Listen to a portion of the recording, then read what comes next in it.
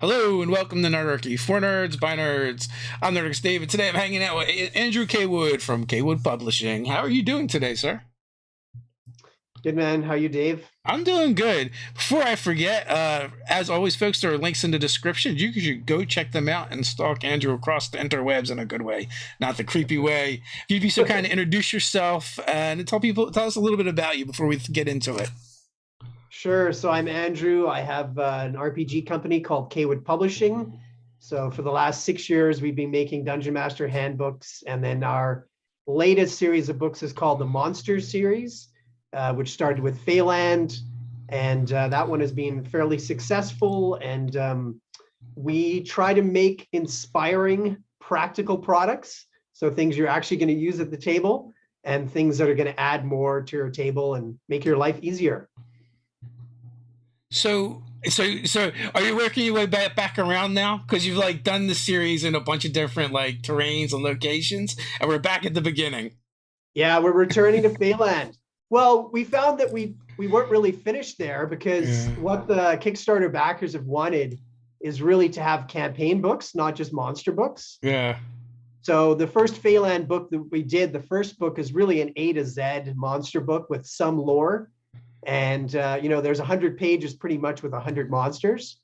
The last book we did in the wilderness, we were up to 160 pages with a ton of resources and over 120 monsters.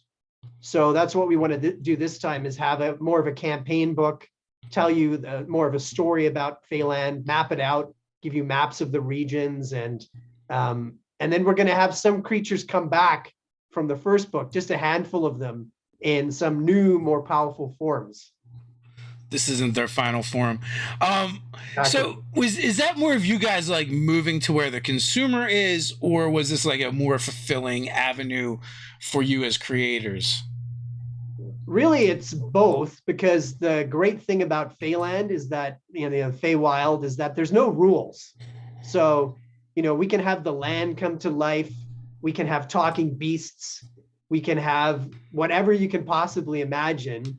We have inspirations, as far from Alice in Wonderland to the Hayao Miyazaki movies, like the Spirited Away, Howl's Moving Castle, and then Tim Burton. There's so many different inspirations that you can use in Feyland. So really, it was a meeting of both. I mean, Feyland is our favorite book from most of our customers and readers, and we felt like we weren't finished. There are quite a few monsters that haven't got into some of the books, so we had a lot of ideas that we could still showcase.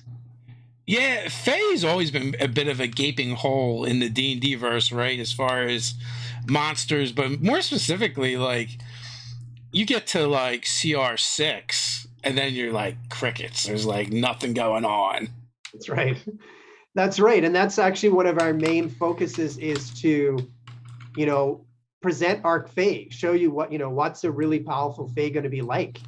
And this time, the Hatter, for example, we just amped up his power and his madness. And he's now joined the evil court. So we're creating a book where you can have that fairy tale kind of more intimate story with the creatures and characters, or you can take part in this epic war between the Unseelie Court and the Seelie Court. How prevalent are the Fae in your own personal games? For sure, every campaign there's some kind of Fae, just as if you look through the other monster books. Whether we were in the underworld or the wilderness or the city, we still have Fae popping up. So I definitely like the flavor of those characters. The trickster kind of characters, one that's always close to my heart. The shape changer, the humor from the Fae as well, and the bargaining. Make sure you read the fine print. So, I just pulled up D&D Beyond Fae because I'm just curious. So, CR10, there's 8 of them, but you might as well just say it's the same one, right? Over and over again, because it's just a bunch of Eladrin. Right. And then you have a 12, a 16, an 18, and a 20. So like there's like a huge gap, and even like under 10, it's not like there's not like a ton of different things either. No, there's almost none in the monster manual. In the core monster manual for 5e, there's almost none. So in your mind, what makes something Fey?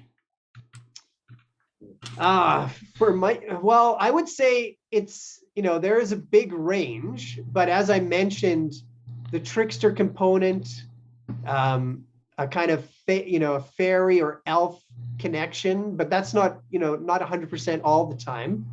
Definitely magical, a lot of whimsy, and for me, humor, and an extreme, like their emotions are some sort of extreme, their attitude usually is an extreme, and their alignment is definitely chaotic. You're not going to find a lot of lawful or neutral Fey. So do you in your Phelan products, you mentioned the courts, so do you focus on those heavily? It's a big part of Feyland, but it's not the only part. We look at the Wild Fey too, basically the lone actors, a character like our Frog Witch, for example. She's not interested in what's going on between them. In the first book, she controls a swamp in Feyland, and she's come back in the new one as a much more powerful creature, and now she's decided she wants to just take over all of Feyland. And the King of the Giants has also decided that as well. So some wild Fey really do their own thing and they don't get involved in the power struggle. And then others like the Frog Witch and the Mountain Lord are going to try and take over Feyland, and while the other courts keep each other busy, basically.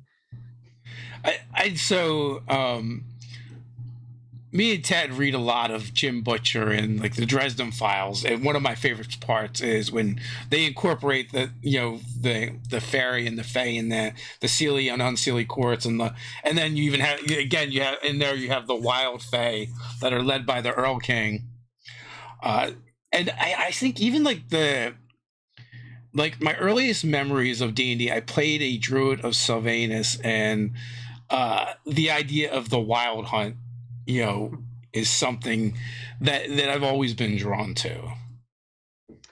Yeah, that's a really amazing archetype. I think that crosses so many different cultures, the idea of something like the Wild Hunt.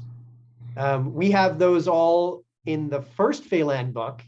And I actually didn't really think about bringing them back, but I think we should do something with them now. That's we've actually finished part of the new book, and we actually have that as a free downloadable booklet on the Kickstarter page. Yeah. And but we still have lots of room to create, and yeah, that would be a really good idea to bring back that group somehow. So with you mentioned the first Phelan is kind of like an A to Z, like you said, and this but going forward, you start to really focus on lore and kind of making your monster books are not just monster books; they're like campaign settings almost, or something to add to a campaign setting. So, what can people expect that aren't monsters in Phelan 2? Sure, yeah, that's a good question. So, even before reaching the stretch goals, just like our last book, Monsters of the Wilderness, we'll have a collection of magic items throughout the book. And again, because you're in a Feyland, in the Feywild, these magic items, again, there's no rules. We could do so many different things. Then you're also going to have flora. Again, like our first Phelan book, we did put in some fungi and different plants that you could find that had different effects, like the dumb guy fungi that lowered your intelligence. And so we'll have those. And then there's obviously going to be encounters and events tables, and also adventure hooks, which always seem to be a favorite. I mean, I do the same thing sometimes when I'm looking for ideas for campaigns, looking at adventure hook tables. Yeah. Somebody has taken some time to come up with. Those can help a lot. And then with stretch goals, we might include some more PC subclasses as well. the first one I'm thinking about is a wizard subclass that's connected to the Fae. And then we're actually going to ask our Kickstarter backers in the next week or so what they think the other subclass should be, or maybe they can convince me not to do the wizard. Yeah. So we will have a lot of different detail. We'll have maps for the first time. Like we've already, Travis Hansen, the artist, has done a big map of the whole of Feyland. And then we have stretch goals to get detailed maps for each of the 7 regions of Feyland as well. How do you use Phelan's Realm of Fairy, Feywild? How do you use it in your own game? Like, do you use the Feywild from Wizards of the Coast, or you have your own version? I have my own version because, as we talked about before, I've only played 1st edition and 5th edition. Yeah. So I actually quit playing D&D around the time that Forgotten Realms started. So I only know Greyhawk and I know My World of Mir. So yeah, we have in our campaign, Feyland can either be reached by portals or through a forest in the elf homeland, the continent in our World of Mir. And a couple of times our party has had to venture in there or found themselves in there. Yeah. So it's something brand new. But we do build on some old mythology. You know, for instance, we have the Hatter, we have something like the White Rabbit. We do use some of that. And then the Seelie Court and Unseelie Court, we use some of the structure from Folklore, and then we change it and add our own twist to it. I will say I do like what Wizards of the Coast did in 4th edition with the Feywild and also the Shadowlands. What are they called? Shadowfell. Shadowfell. My brain just went completely blank. Thank you. With the idea that there's these transient planes that overlap, the prime material, and some places exist in all 3 places. That was a super cool concept, and I feel like at AD&D we started doing some similar things with our own games, and with that kind of connection. Parks has a question though. Would you consider the Big Bad Wolf a fey creature, since it's basically a fairy tale werewolf with powers of Dave's character Blowhard? We ran a superheroes game, and that was one of the characters I play. I don't think the Big Bad Wolf is a werewolf. Yeah, in Folklore, I don't think they're a werewolf, but I think it would be very easy to add a little bit of flavor, some magic, maybe, magic resistance. Maybe do make them a shape changer, and then yeah, you can easily create a fae for sure. Yeah, and fairy tales, really, that's the beginning of fantasy in many ways, the fantasy genre. So again, I found it strange that they've been so unrepresented in D&D when that's where fantasy really came from.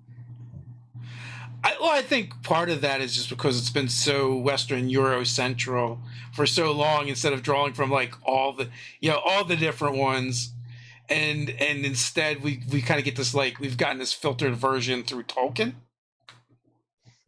I don't know about that, because to me there's a lot of fae and folklore in Western European mythology, and it's like if you go to a lot of those cultures, there's a lot of those connections in the culture. Yeah, I'm just saying there's so many different folklores that you could draw from and fill out.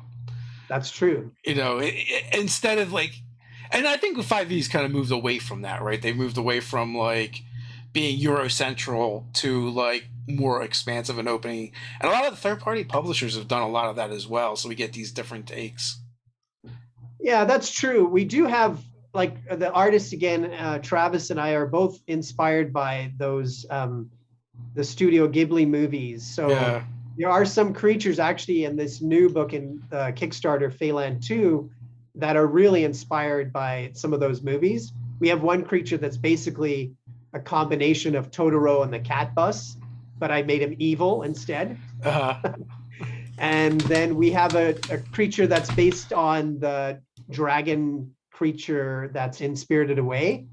I think his name is Haku, if my memory is correct.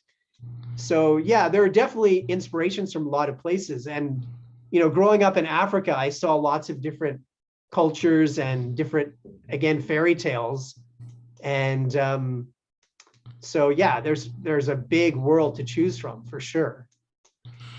So, hey, it's kind of like moving in a little bit of a different direction. You had hinted at in the past of doing like a non D&D thing or a non fantasy thing. Is that still in the works? Yeah, yeah, we're looking at doing a rules light system. And originally I was thinking, just for sci-fi, but now I think you could use it for different genres.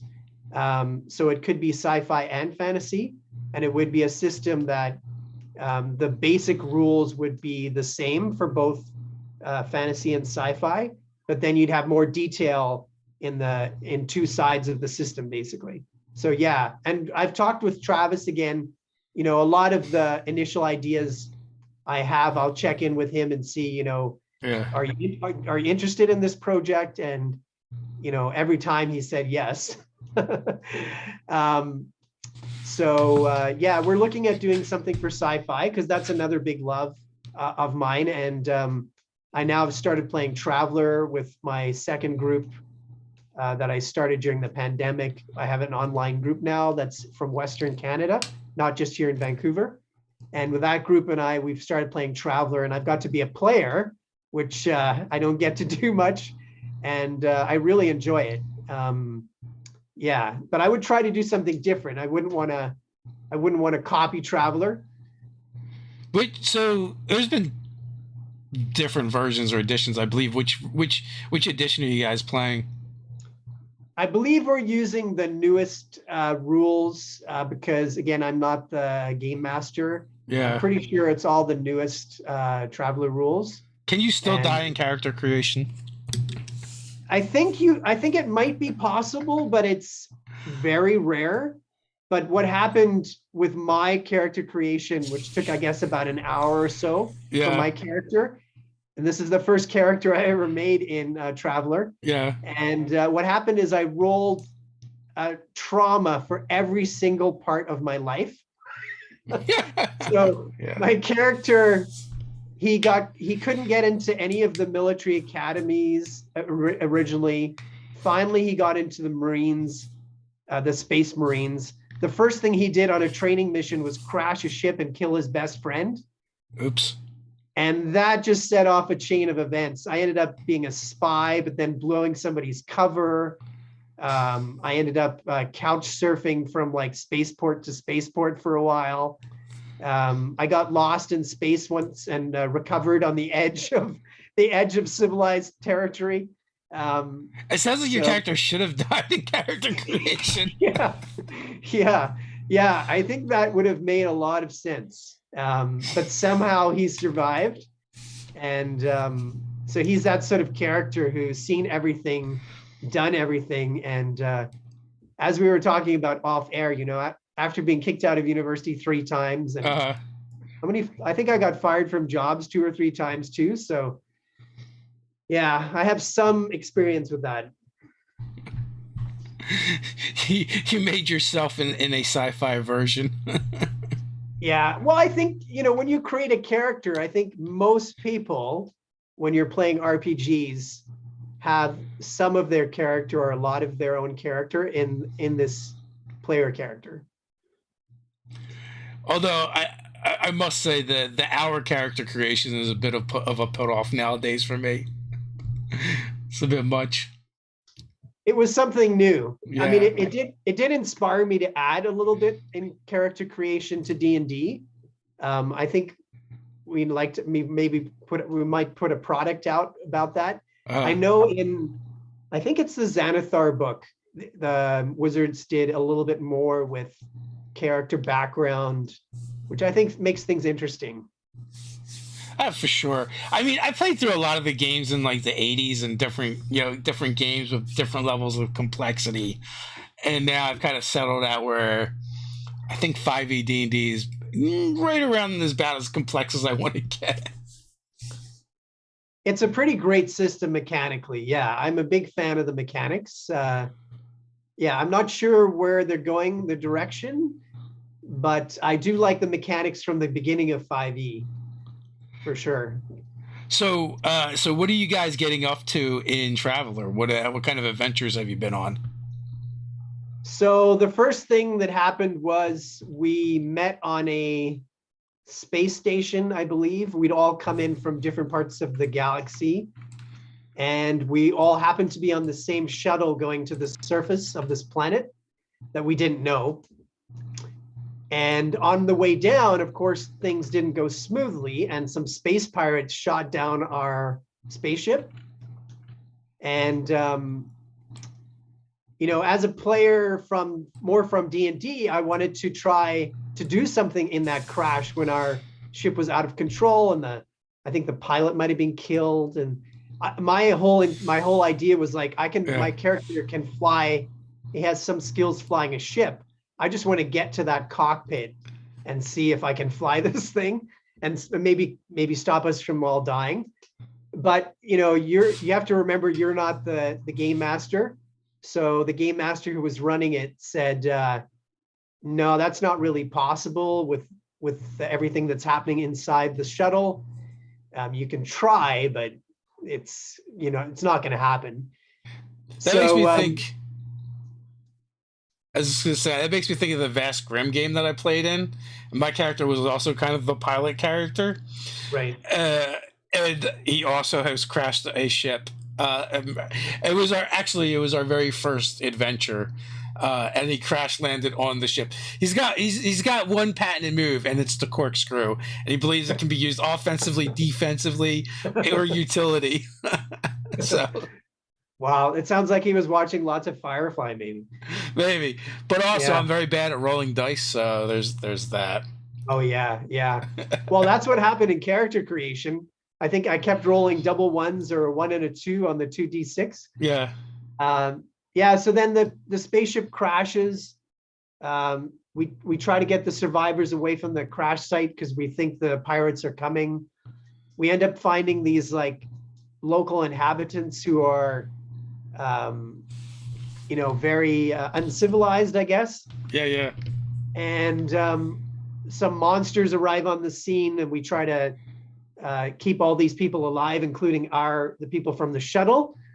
And then eventually we made it back to the spaceport, and now we've just joined a research ship.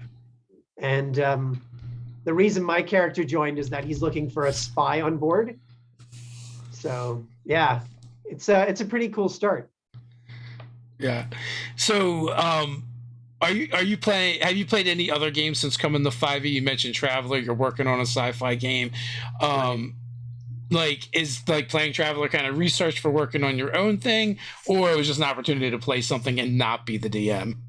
Yeah, for sure. It's a chance to sit back and play. And it's a good chance.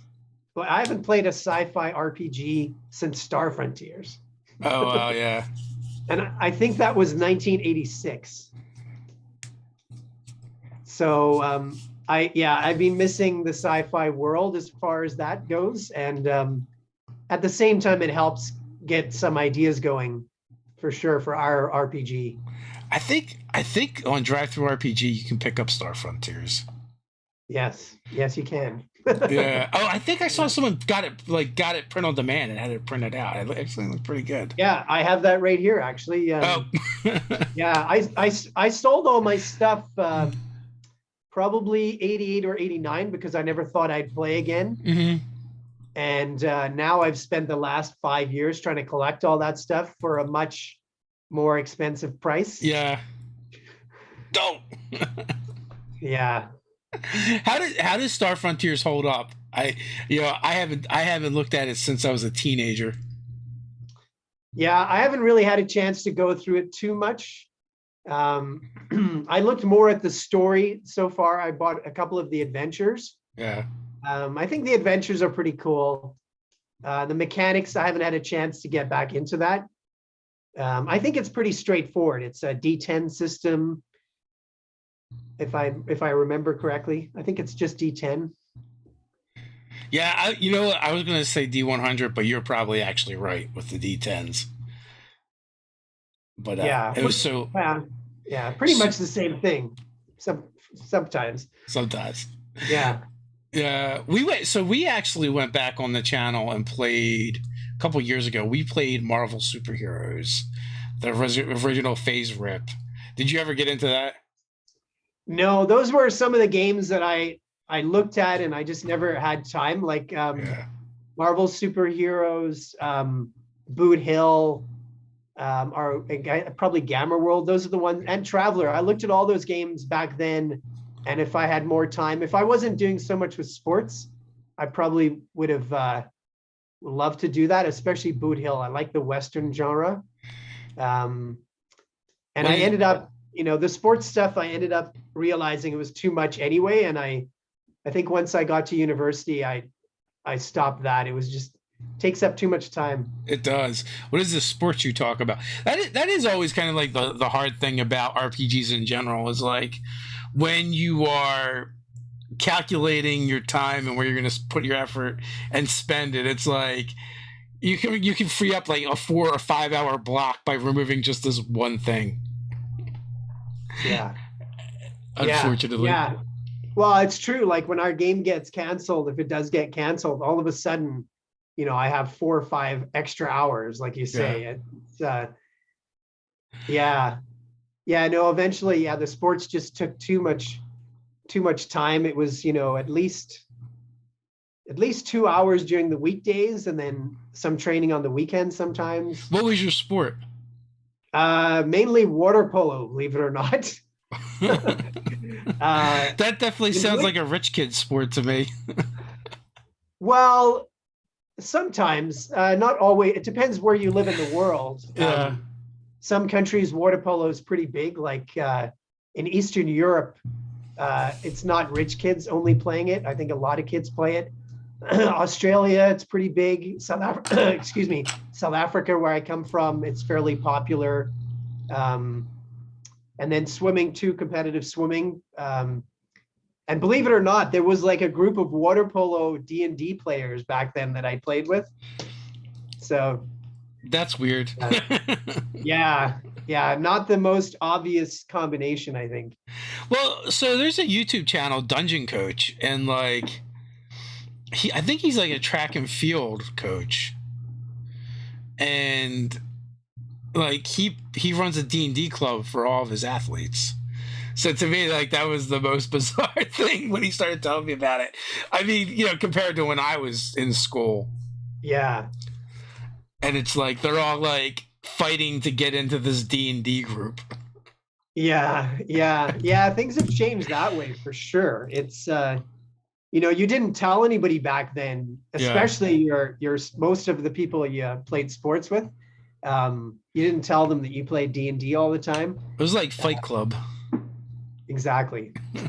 First rule about D&D: we don't talk about D&D. Yeah, exactly. And it's funny how some people say now, "Oh, you're a bunch of gatekeepers who kept people out of the game." Are you kidding? We would have loved to have anybody play with us. And like if girls had been interested in playing with us, we would have spent more time playing D&D. Yeah,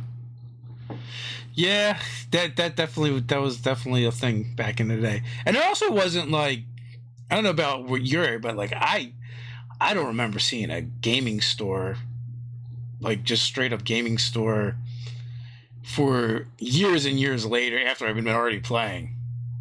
Yeah, I don't even remember where we bought our stuff. At that point, I was living in Edmonton. That's where I went to high school, junior high.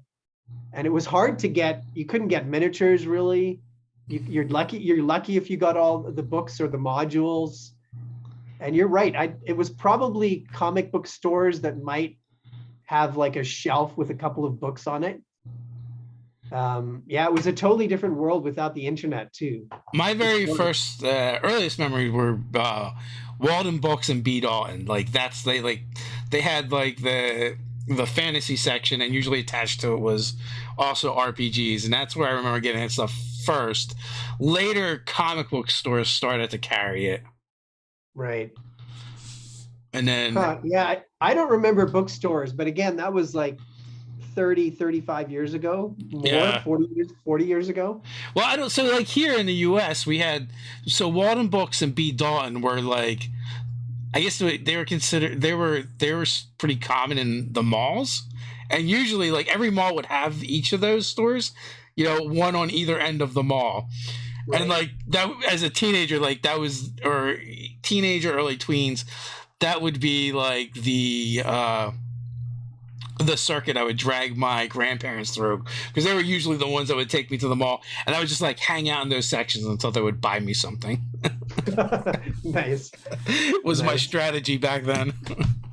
Yeah, I was lucky. My parents, I'm not sure how much they knew about D&D, but they definitely supported me playing, and they helped me get modules. And I remember my mom did have some missionary relatives who said maybe it wasn't a good idea playing the game. And I think my mom just pretty much ignored them. I know, actually, I do remember one thing, that my dad found a study in a newspaper around that time, and it was probably early 80s, mid 80s, that said that they'd found that kids who were playing D&D, their English and math marks on average went up. Makes sense. Which totally makes sense. So my dad was pretty impressed with that. Were you in South Africa when you were playing D&D, or was that after you moved? It was pretty much right after I moved. I'd say probably 6 months after I moved here. That's when kids at school asked me if I wanted to play. So that would have been maybe 78, 79, around there. Yeah. Yeah. Because I know, Gareth from DMG Info is from South Africa as well. And he didn't move out of South Africa until he was an adult. And he talked about, like, it was so hard to get that stuff. It's like you would get like one of the books and then have to make up the rest of the game. Yeah, for sure. Yeah. When I lived, if I'd still been there, that would have been the case for sure. I mean, we had, sometimes people in North America don't realize how good they have it. Especially back then in the late 70s. Like, I think we had two choices for cereal.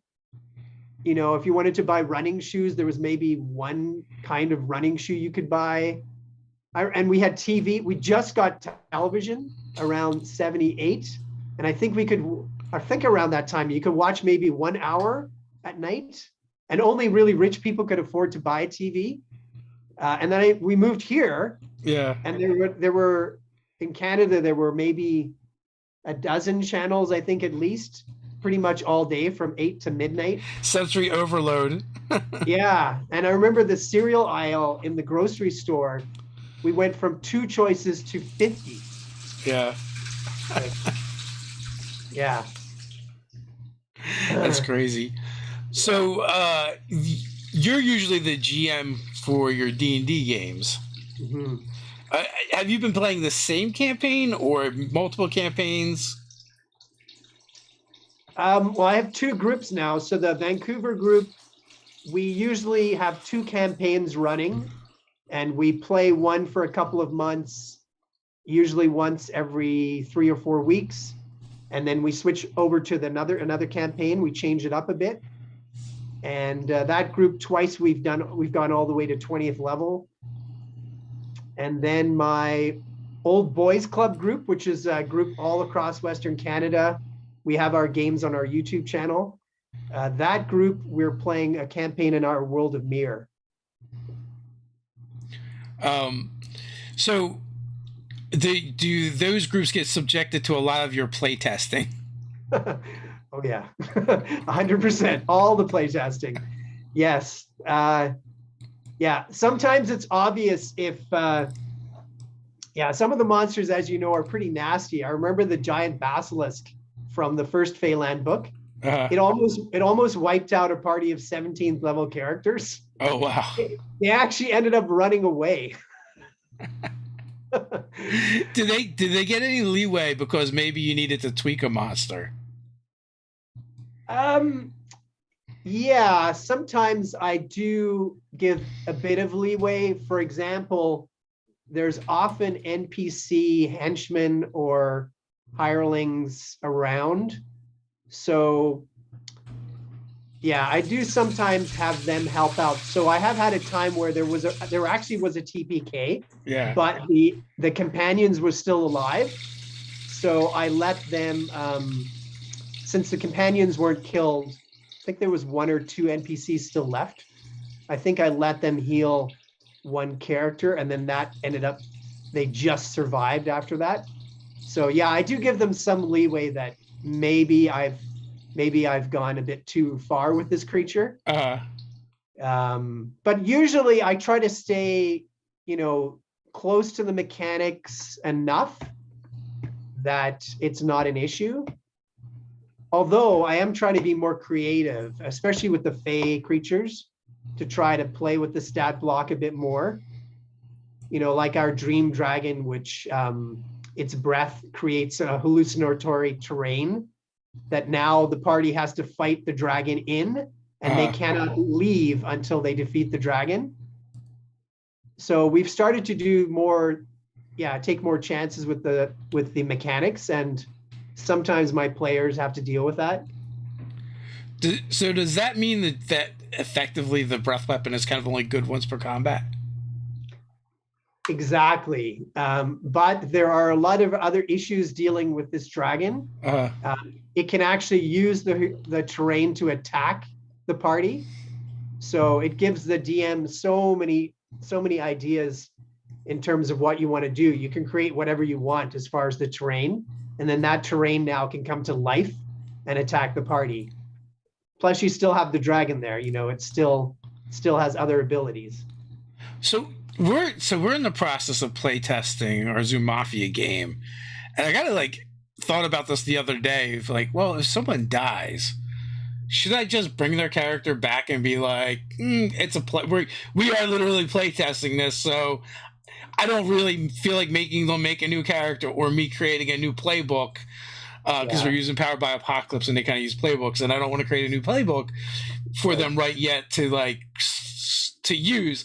So should I just bring the character back and then just say yo, call it out, this is playtest, that's why they're not really dead. If it was a regular game, they would just be gone. Right. Yeah, I don't know if I would be that nice. I always make sure my players have backup characters.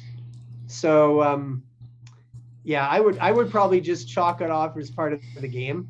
Again, coming from first edition, where a poison could just kill you automatically, or a trap could just kill you automatically. Most things could kill you automatically. Yeah. Or the levels. You remember losing levels to undead? Oh yeah, it was the worst. Some things that could happen to your character where you just wish your character would have died. That's true. That's true. Yeah, especially if you were in Tomb of Horrors. Yeah. And then back then GMs were kind of jerks, so and they'd be like, no, you have to play that character. Yeah. Different game for sure. Yeah. Now everybody can heal, everybody can do magic. Yeah. So I was actually thinking of not so much as I wasn't trying to be nice to the players. I was trying to be nice to myself, actually, and not having to create another character class for them to then play. Right. Yeah. Good point. Yeah. But it hasn't come up yet. We were 5 sessions in. They just got to survive 7 more. We'll see. We've had some close calls though. So how far away are you guys from doing the sci-fi thing? I've started working it out in terms of the rules, but I would say, I've still got this new Phelan book to finish. Yeah. And first fund, we have 11 days left. We're about 80% funded. So I have that, one thing at a time. So I have that, and then got to finish writing the book. And then I want to finish our World of Mir. So we've published 3 continents in separate books. I want to publish all 9 continents in one book. And that is, a lot of that is done, but that probably will take me most of the rest of the year. Okay. Plus comparing, we'd likely do 1 more monster book for sure. So that's going to take some of this year. So that other project with the sci-fi RPG probably is going to be early next year in terms of getting more time to work on it. as you know, with your show and your Kickstarters, there's only so much time. Yeah, unfortunately, that time is an issue. Yeah. So yeah, you want to have. I see one of your monsters is an island. Yes. Is that yes, necessary? we decided, hey, there's no rules in Feyland. Let's have the land come to life too. Uh-huh. So the first region we developed is a mountainous region, but some of the region has floating islands, sort of like an Avatar or in some other fantasy movies. And we thought, hey, we'll have the islands. Some of those islands will actually be elementals that come to life. And you might have already created a settlement on the island, or the party might be, undergoing an adventure on that island, and then it will come to life. Or it will be just a massive elemental that will fight you as you fly through the territory. I like the false appearance. The floating island is indistinguishable from regular floating islands. Exactly. Just your typical floating island in Phelan. Nothing to see here. Just keep going. I'm a little disappointed that it's not intelligent though, like because immediately I'm thinking about it like the adventurers are like wandering around the island, and then all of a sudden they hear, "Yo, hey buddy, what are you doing? Come on, you're walking all over me. What do I look like, a doormat?" Yeah, we'll probably save that for maybe some more beast-like creatures, and then we'll have probably more elements of the land that come to life. Yeah, that's definitely one option. So are there many like unique creatures that you guys are making, like almost like I guess like Fey Lords or ladies, or unique meaning like there's singular one of this thing?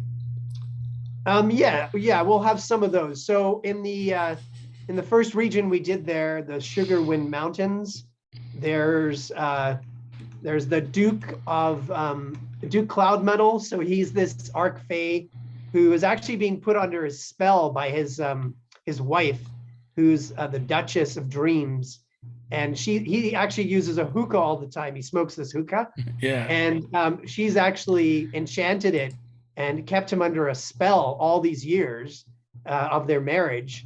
And now he's just come to realize what's been going on, and that she's a part of the evil court. And so he's just had this awakening. And now, we're going to have to deal with the consequences. So both those characters are Arc Fey. We're also going to have a scholar for each of the seasons. And the Scholar of Spring is going to be in the mountain region. And these scholars are going to be part of the academy, which is supposed to be this place where knowledge is stored and this well of dreams is looked after. And it's sort of like a university in Feyland, or that can teach Fey different skills and give them different knowledge. But what's happened is this university, this academy, has become corrupted. And so these evil scholars are now journeying out into Feyland, spreading knowledge, but with evil intent. Evil scholars. Yes. So the university is the big bad evil guy to a certain degree. And there's a faction of the evil court that one of those Arc Fey has now taken the Well of Dreams, this power source in Feyland, and taken over the academy. And he basically has started an all-out war between the evil Fey and the good Fey. So Jay and Jake, Duke Cloud Model, already got to meet him. Yes, yes, that's true. Yeah, I did a one shot with those guys, and they had to deal with the Wind Maiden and the Mistwalker, two of the creatures from the new book, and they were supposed to deliver a message to the Duke, and the person who gave them the message, they asked very politely, when we go to Feyland, can we at least find out, what this message is about, what's in this scroll? And the person who sent them on the mission just said no. Access denied. No. I like the hookah. I like the fact that you have a character that uses a hookah for its attacks. Yes, yes. So he has smoke rings that come out of his hookah, and he's got multiple attacks. And he is inspired by a creature from Spirited Away, actually. And yeah, a few of the creatures are inspired from some of those movies. I mean, it kind of makes me think of the caterpillar from Alice in Wonderland as well. Even though it wasn't exactly an attack he was using with the thing, but why not? Yes, yes. Well, it has to be more interesting than just sitting there smoking and pondering, telling you poems and asking riddles. And we need something a little more intense. Super, super cool. What is your favorite monster from Phelan 2? From Phelan 2, well, a big favorite is still the Frog Witch. I think she is hilarious, and she has changed so much from what she was originally.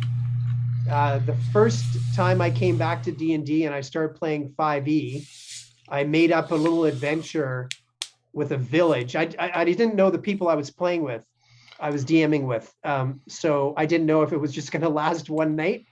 Eventually it lasted several months. But what I did was I had a frog witch who lived just outside of this village. And originally she was sort of this chaotic neutral human witch who rode around on a giant frog. And she had frog familiars and lizards at her command. And she, at first the party were quite afraid of her and were not sure what to do, but eventually they found out she's actually could help us quite a bit. And then when I was writing Feyland, I thought, I think I'm going to change this and make her into a more sinister version of that. And then Travis came up with the idea of changing her almost into a frog-like creature. Is that the difference between Feyland and Feyland 2? Like changing into a frog-like creature, or was she a frog-like creature in Feyland? She was a frog-like creature, and she was an arc fae that was fairly powerful. But what we've done now is we've made her much more powerful. Her spell list got added to. She has new unique abilities. She has a new staff, and she has a lot more minions around her. Plus her ambition, like she was happy ruling her swamp before. Now she's decided, why don't I just take all of Phelan? I will make it all a swamp, and I will turn everyone into frogs. Yeah, exactly. It makes me think of the Spider-Man meme. I think it's Spider-Man with Sauron on it, and like Spider-Man's like, you could like do something really good, like cure cancer. He's like, I don't want to cure cancer. I want dinosaurs. Yeah. She could live peacefully with her frogs in the swamp, or she could try to rule all of Feyland as a dictator. Yeah, she's going to choose ruler. Yeah. We actually have a lot of froggy items and content in our own library. Ted, I believe Ted mostly, but like his daughter loves frogs. So a lot of frog stuff ended up in his games, and a lot of our game content, there's a lot of the content we come up with comes from our games. So hence there is a lot of frog stuff. Yeah, maybe I'm influenced by my brother. My brother has always been obsessed with frogs. Yeah. And I did notice a pattern. I mean, I think we have a frog creature. I don't remember if the wilderness has a frog creature. Yeah. I think the wilderness, oh no, there is. In the wilderness, we have the Frog Prince, a shape change. It's basically the bit of the story of the Frog Prince, but he's now a shape-changing frog / human who's trying to get back to his world. And then in the city book, we have a troll, like a sewer troll that's kind of like a frog troll. And in the underworld book, we have the demon frog.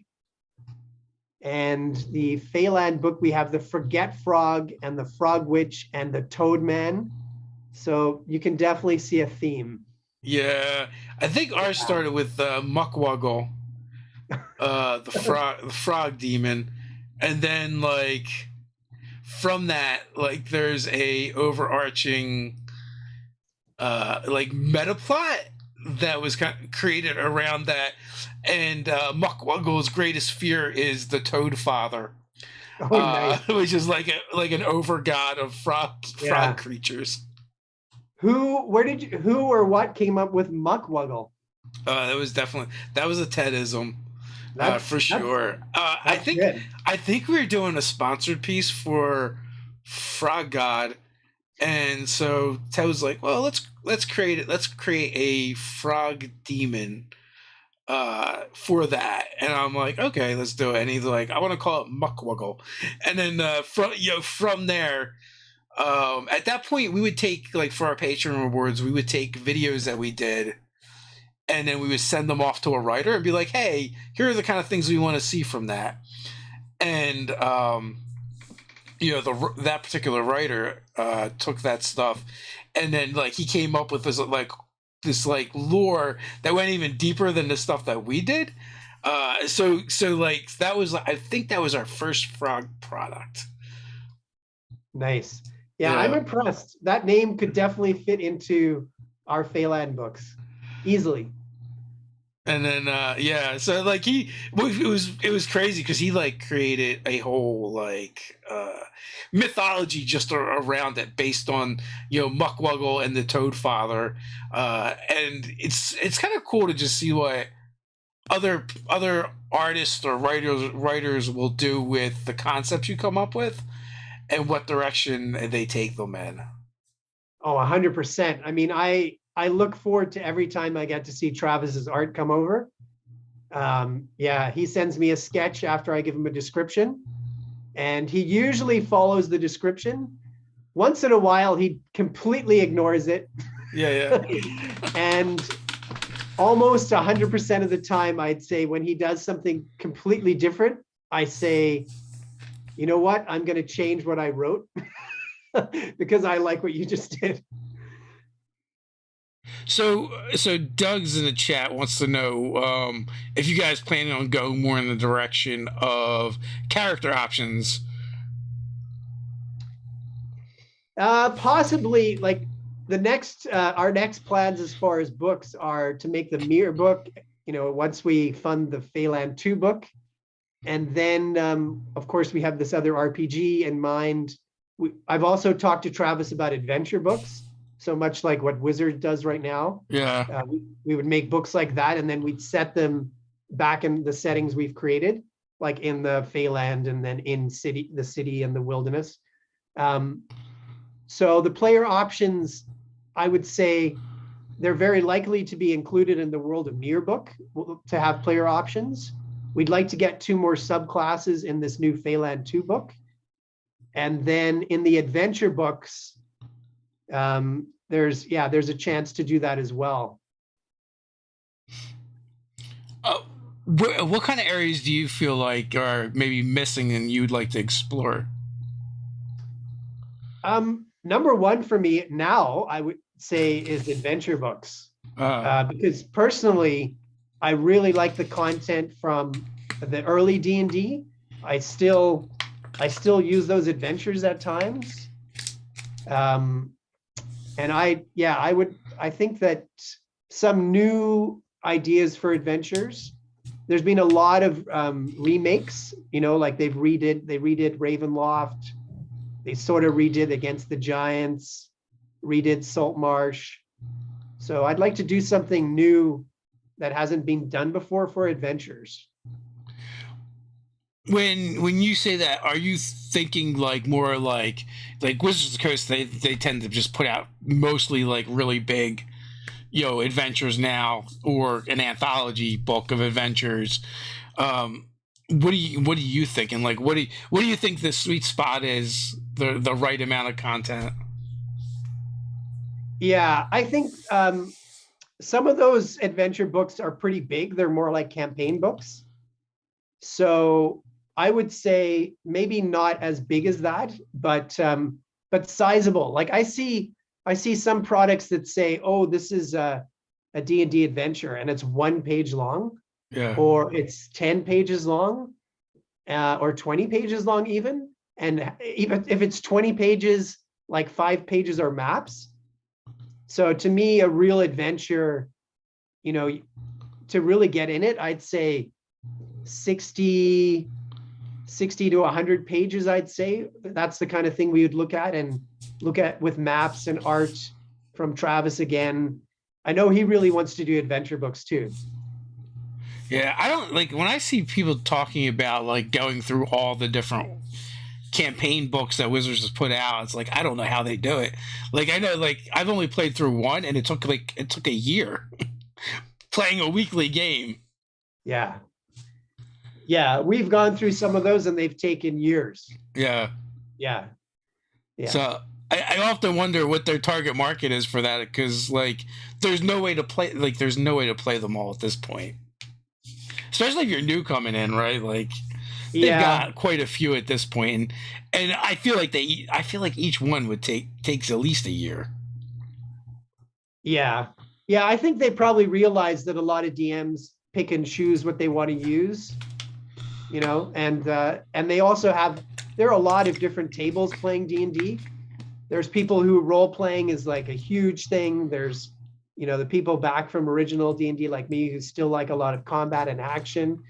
And then there's mystery games and horror games, and there's so many different tables. I'm sure they're trying to, you know, cover themselves. And when we make our monster books, we want to make sure we have a range too. So we'll have like small little creatures. We'll have CR 20 or 30 creatures. And then, you know, we want to have we want to have a big variety for sure. What do you think is like the sweet spot for monsters in the books that you've done, where at this point, you know, what is it that people seem to want the most? That's a really good question. I know that some of the high level creatures people have really appreciated because there's not a lot there. And obviously all the Fey creatures, because as we said, there's a very limited group to choose from in the core rules. So, and the interesting thing is there's always been a group of creatures for every book. I'd say 12 creatures that are the most wild, the most over the top. And I always wonder if those should be included. And every time I've decided, okay, let's put them in, including the Frog Witch, including the Doubt Trout.